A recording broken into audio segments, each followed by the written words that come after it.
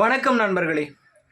இப்போ நாம் இந்த காணொளியில் எதை பற்றி பார்க்க போகிறோம் அப்படின்னா, சில சொற்கள் தமிழ் சொற்கள், ஆனால் சிலர் அதை சமஸ்கிருத சொற்களாக காட்ட பார்க்குறாங்க. ஏன்னா அந்த சொற்கள் தமிழ்லேயும் இருக்குது, சமஸ்கிருதத்துலேயும் இருக்குது. எப்போ ஒரு சொல் தமிழ்லேயும் இருக்கோ அதே மாதிரி சமஸ்கிருதத்துலேயும் இருக்கோ அவங்க அதை சமஸ்கிருதமாக தான் காட்ட பார்ப்பாங்க. இந்த மாதிரியான சூழ்நிலையில் எப்படி அதை தமிழ் சொல் தான் அப்படின்னு எளிமையாக நிறுவ முடியும் அப்படின்றது தான் நாம் இந்த காணொளியில் பார்க்க போகிறோம்.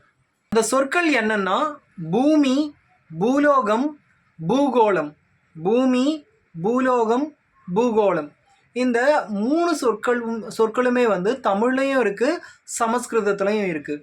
இப்போ அவங்க என்ன சொல்லுவாங்க அப்படின்னா, இந்த மூணு சொற்களுமே சமஸ்கிருதத்தில் தான் இருக்குது, சமஸ்கிருதத்திலிருந்து தான் தமிழுக்கு வந்தது அப்படின்னு சொல்லுவாங்க. இப்போது இது தமிழ் தான் அப்படின்னு நம்முடைய தமிழ் ஆய்வாளர்கள் வேர்ச்சொல் மூலமாக அதை விளக்கி இருப்பாங்க. என்னதான் அவங்க வேர்ச்சொல் மூலமாக விளக்கி இருந்தாலும் தமிழ் ஆய்வாளர்கள் தமிழுக்கு சாதகமாக தானே பேசுவாங்க, அதை எப்படி ஏற்றுக்க முடியும் அப்படின்னு அவங்க வாதிடலாம். அதற்கு நான் இன்னொரு வழிமுறையை சொல்கிறேன். இப்போ நான் சொல்ல போகிற வழிமுறை நம்முடைய தமிழ் ஆய்வாளர்கள் முன்வைத்த வழிமுறை கிடையாது, ஆங்கில மொழி ஆய்வாளர்கள் முன்வைத்த வழிமுறை. அவங்க ஒளியை வச்சு, அதாவது சவுண்டை வச்சு எது பழசாக இருந்திருக்கும், எந்த சொல் பழசாக இருந்திருக்கும் அப்படின்னு கணிக்கிறாங்க. அதன் அடிப்படையில் தான் நான் இப்போ சொல்ல போகிறேன். இப்போது பா பா, பா பா, பகரம் பகரம், இதில் எது பழசு அப்படின்னு கேட்டிங்கன்னா பாதாம் பழசு அப்படின்னு அவங்க சொல்கிறாங்க. பா அதன் பிறகு தான் வந்தது, பாதாம் பழமையானது அப்படின்னு சொல்கிறாங்க. இப்போது நாம் பூமின்னு சொல்கிறோம் இல்லையா, அதை சரியாக எப்படி சொல்லணும் அப்படின்னா பூமி அப்படின்னு தான் சொல்லணும். சீமான் போன்ற அரசியல்வாதிகள் கூட நிறைய இடங்களில் பூமி பந்து அப்படின்னு தான் சொல்லியிருப்பாங்க, பூமி அப்படின்னு தான் சொல்லணும். அந்த பூமியில் பூ அப்படின்னு தான் நாம் சொல்கிறோம். அதாவது பூ போல இந்த நிலம் பறந்து விரிந்து கிடக்கிறதுனால அதுக்கு பூமி அப்படின்ற பெயர் வந்திருக்கு.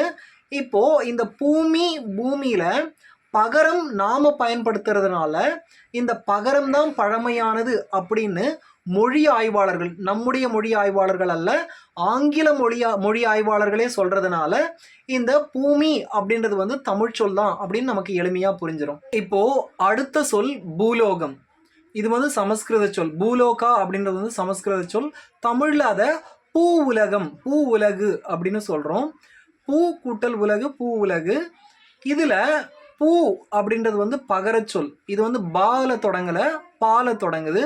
இதிலிருந்தே நமக்கு தெரியுது இது தமிழ் சொல் தான் அப்படின்னு, தமிழ் சொல் தான் பழமையானது அப்படின்னு தெரியுது, இந்த ஒலியிலிருந்து நமக்கு தெரியுது. அதே போல் நாம் பூகோளம் அப்படின்னு சொல்கிறோம், அதை சமஸ்கிருதத்தில் பூகோளா அப்படின்னு சொல்கிறாங்க. இதில் கோலம் அப்படின்றது நாம் தமிழ் சொல் அப்படின்னு சொல்கிறோம், அவங்க கோலா அப்படின்றது சமஸ்கிருத சொல் அப்படின்னு சொல்கிறாங்க. சமஸ்கிருத சொல்லிலிருந்து தான் இந்த கோலம் அப்படின்ற தமிழ் சொல் வந்ததாக சொல்கிறாங்க. ஆனால் ககரம் பழசா இல்லை ககரம் பழசா அப்படின்னு வரும்போது ககரம் தான் பழசு அப்படின்னு மொழி ஆய்வாளர்கள், ஆங்கில மொழி ஆய்வாளர்கள் சொல்கிறாங்க. அதன்படி பார்க்கும்போது ககரம் நாம தான் பயன்படுத்துகிறோம், கோலம் அப்படின்னு சொல்கிறோமே தவிர நாம் கோலம் அப்படின்னு சொல்கிறதில்ல.